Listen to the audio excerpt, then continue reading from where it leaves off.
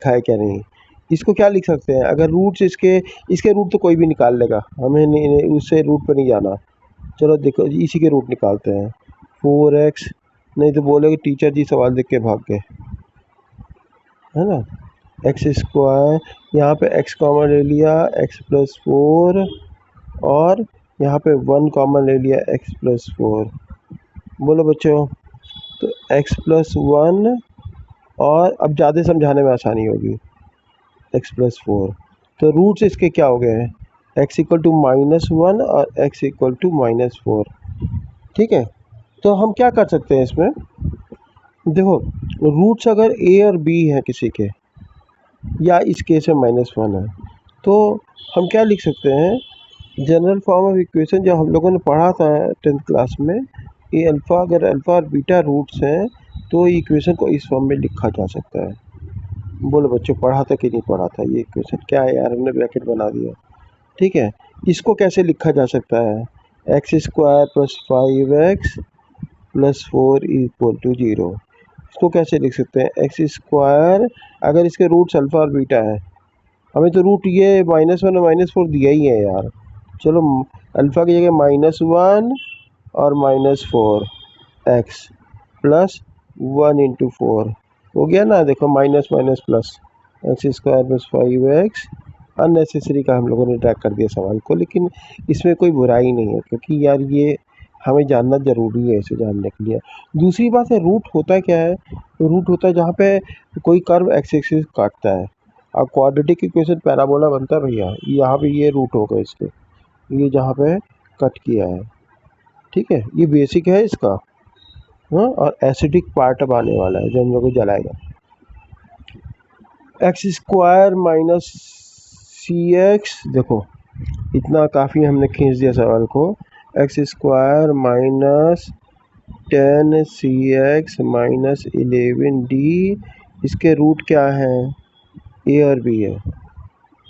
और दूसरा है x² - 10ax - 11b = 0, इसके रूट c और d है। ठीक है, तो पहले इक्वेशन को कैसे लिख सकते हैं, इस फॉर्म में। ठीक है, अल्फ़ा बीटा के फॉर्म में, x² - a + b, इसके रूट्स a और b है ना यार, गिवन है ना, ये सवाल में दिया है। हाँ, प्लस ab। बोलो कोई डाउट यार, ये और बहुत रहा है, चलो कोई बात नहीं। तो a + b, अगर इसको इससे कम, देखो ये पहले इक्वेशन की बात कर रहे हैं हम। ओके, तो क्या करें, a + b हमारा क्या हो गया, 10c हो गया। हम इक्वेशन 1 मान लेते हैं इसे। हाँ, और इसको क्या, इसके c और d रूट है, तो इसको कैसे लिख सकते हैं यार, एक बार और लिख दें इसको। तो कहाँ लिखें, यहीं लिखते हैं, थोड़ा सा कंजेस्टेड जा रहा है ना। x² - c + d x + cd, इसको कंपेयर किससे करना है, x² - 10ax - 11b से। तो कंपेयर करो तो c + d कितना आया हमारा, c + d आया हमारा 10a, और cd कितना आया, cd आया हमारा -11b। अब देखो कुछ अजीब सी कहानी है इस सवाल की। हाँ, और आपको ऐसा सोल्यूशन दिया ये देंगे, शायद कोई भी नहीं दिया होगा अभी तक। ठीक है, क्योंकि थोड़ी सी अलग बात बोलना चाहते हैं हम। एनीवे, हमने क्या इक्वेशन बनाया, कहाँ बनाया, a + b = 10c दिया है, और ab = हमारा कितना है, -11d। अरे ये देखो यार, ए बी को हमने इससे कंपेयर कराया ना। ठीक है, तो इसको रीराइट कर लेते एक बार। क्या कराना है, a + b = 10c लिखना है हमें, ए बी की वैल्यू लिखनी है -11d। ओके, इसी तरह दूसरे पार्ट से क्या बनाना है, c + d, c + d जो है वो आ गया हमारा 10a, और सी डी क्या आ गया हमारा माइनस 11b। अब ऐसा करो, इसको तो जोड़, इन दोनों को जोड़ लो आपस में, तो क्या मिलेगा, इन दोनों को, इसको और इसको, देखो a plus B plus C plus D equal to 10 a plus C. बोलो बच्चों, इसमें किसी को डाउट है? अरे यार का खा है, कितना आसान है। तो यार इसमें b प्लस डी, ए सी कैंसिल हो गया, तो b प्लस डी हमें क्या मिला, 9a प्लस सी। बोलो बच्चों, ये रिजल्ट मिला कि नहीं मिला हमें? सब बच्चे देखेंगे, किसी भी टीचर ने ये सोल्यूशन दिया नहीं होगा गारंटी से। चलो अब इन दोनों को कर दो मल्टीप्लाई, तो A B C D equal to, देखो मल्टीप्लाई कर रहे हैं ना, ये 121 बी डी। अब बी डी को कैंसिल कर दो, ए सी कितना आ गया हमारा, 121। ठीक है, हमें दो इक्वेशन मिल गए भाई साहब, एक ये मिल गया, एक ये मिल गया। अब चलो दोबारा इक्वेशन चल के लौट के चलते हैं। हमारा इक्वेशन क्या था, ये वाला ना, इसका रूट ए बी है ना, और इसके सी डी है। दोबारा से लिख लेते हैं। देखो दो इंपॉर्टेंट रिजल्ट मिल चुके हैं हमें। तो इक्वेशन है मेरा एक्स स्क्वायर में 10cx minus 11d equal to 0। इसके रूट ए बी है। अगर रूट ए है तो यार इसको इसे पुट कर सकते हैं एक्स है कि नहीं, बताओ। अरे कोई रूट का मतलब जहाँ एक्स एक्सिस कर्व को काटता है, ठीक है, सॉरी कर्व एक्स एक्सिस को काटता है, तो यहाँ पे ए पुट कर सकते हैं, ए स्क्वायर माई 10ac minus 11d equal to 0। पहला इक्वेशन हो गया ये हमारा, ठीक है, ओके। फिर दूसरा इक्वेशन क्या है हमारा, एक्स स्क्वायर माई 10ax minus 11b, X square माई 10ax minus 11b equal to 0। इसके रूट क्या है, सी और डी, तो सी को पुट कर सकते हैं, सी स्क्वायर में 10ac minus 11b।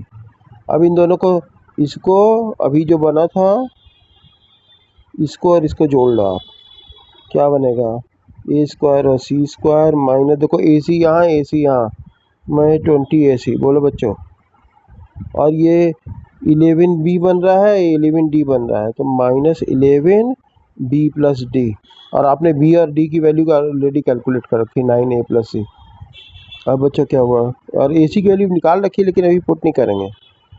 20ac minus 11 into 9, देखो हमने b प्लस 9a प्लस सी रखा है ना, a प्लस सी।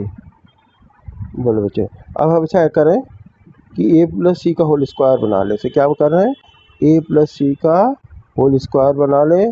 ओके, कैसे करेंगे, इसमें 2ac जोड़ेंगे ना, और तो कोई जोड़ इक्वेशन है तो जो जोड़ोगे वो घटाना पड़ेगा। बोलो बच्चा, तो a square plus C square plus 2ac minus 2ac। भैया हमने जो जोड़ा, हमने कुछ किया ही नहीं, जो जोड़ा वो घटा दिया, माइनस 99a प्लस सी। अब बच्चों क्या करो, ये बन गया a प्लस सी का whole square minus 22ac minus 99a plus C. बोलो बच्चों, ए सी की वैल्यू 121 मालूम है ना हमें, तो कितना मस्त सवाल है ये। a प्लस सी का whole square minus 22 into 121 minus 99a plus C. अब हम ऐसा कर रहे हैं, a प्लस सी को, बोलो कोई डाउट है, कितना आसान सवाल जा रहा है यार, हलवा। a प्लस सी को हम क्या मान रहे हैं, x, तो a प्लस सी को x मान लिया, तो इसका equation x square minus 99x minus 22 into 121। अब इसके कर लो फैक्टर, बहुत आसान है, एक्स स्क्वायर माइनस 120, इसको क्या लिख सकते हैं, वो x को 99 कैसे बनेगा, माइनस 99 कैसे बनेगा, माइनस 121 प्लस 22। बोलो बच्चों, कितना ईजी तो है यार, x square minus 121x plus 22x minus 22 into 121, है ना, x कॉमन ले लिया, x माइनस, x का मतलब क्या है, a प्लस सी। देखो आ गया एक सवाल का एक आंसर, अभी हम निकालेंगे। बाद में टीचर निकलेंगे, कहेंगे ये टीचर ने ये गलती की है, इसमें वो की है। देखो एक्स की वैल्यू सीधे सीधे 121 आ गई कि नहीं? हाँ, that is A plus C equal to value आ गई 121। अब बच्चों क्या है, A plus B plus C plus D की वैल्यू क्या है? 10 ए प्लस सी। जो हमें निकालना है A plus B plus C plus D की वैल्यू आई है 10 ए प्लस सी। इसका मतलब ए प्लस सी की वैल्यू कितनी आई? 10 इंटू 121, दैट इज 12 से 10 आ गई यार, कितना ईजी है। इसमें कोई अभी तक बताओ बच्चों कोई डिफ़िकल्टी आई? एक इक्वेशन ये था, अब ये था ए और बी रूट है तो हमने यहाँ पे ए रख दिया। जब ए रख दिया तो इक्वेशन बन गया हमारा ये, और दूसरे इक्वेशन के रूट सी और डी है तो हमने इसकी एक्स की क्या रख दिया? सी रख दिया। बोलो बच्चों, हाँ, यहाँ हम एक्स स्क्वायर लिख के घूम रहे हैं, सी स्क्वायर हो जाएगा, ठीक है। ओके, सी रखा तो इतना, फिर इनको जोड़ मारा तो देखो यहाँ पे ए सी, यहाँ पे ए सी, 20 ए सी आ गया, यहाँ पे 11 डी था और 11 ए था, जोड़ दिया तो हमारा क्या बन गया? इतना बन गया। और देखो बच्चों ने पहले ए सी की वैल्यू निकाल रखी है, हैं? अब इसके पहले भी कार्यक्रम कर रखा हमने, अगर ये आया है तो बी प्लस डी की वैल्यू हमारी आ गई है तो 99। फिर हमने कुछ भी नहीं किया यार, आपका सवाल का सवाल सॉल्व हो गया पूरा, 12 से 10 वैल्यू आ गई, दोबारा से आप रिवाइड कर। अभी इसका सेकंड सॉल्यूशन में निकालते, जो जेई वालों को भेजना चाहिए कि भैया तुम्हारा सवाल गलत है। देखो बच्चों, ये बोल रहे हैं A B C D distinct है। अब देखो बच्चों, ए सी इक्वल टू 121, 121 के फैक्टर क्या होते हैं? 11 और 11, और क्या हो सकता है? 1 और 11, बोल 1 और 121, तीसरा कोई फैक्टर होगा नहीं। अगर डिस्टिंक्ट होने हैं, ए और सी डिस्टिंक्ट होने हैं, देखो बच्चों, हाँ, डिस्टिंक्ट होने हैं तो ए की वैल्यू अगर 1 होती है तो सी की वैल्यू 121 ले लो, या वाइसा वर्सा, और सी की वैल्यू उतनी हो जाएगी।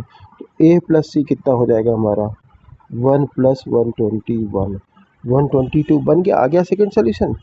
तो अब A plus B plus C plus D कितना हुआ हमारा? 120, कितना हुआ? सॉरी, 10 ए प्लस सी है ना, तो 122 इंटू 10, 1220। बताओ, हम गलत की, जेई वाले गलत। दो सोल्यूशन हो गए भाई साहब, ये सेकंड सोल्यूशन हो गया। इन्होंने डिस्टिंक्ट बोला था ना, इन्होंने खुद भी नहीं सोचा होगा कि इसके तो आंसर बताएंगे। चलो, ये सवाल हो गया हमारा। अब बहुत ही अच्छे दो सवाल हैं, उनको भी डिस्कस करते हैं।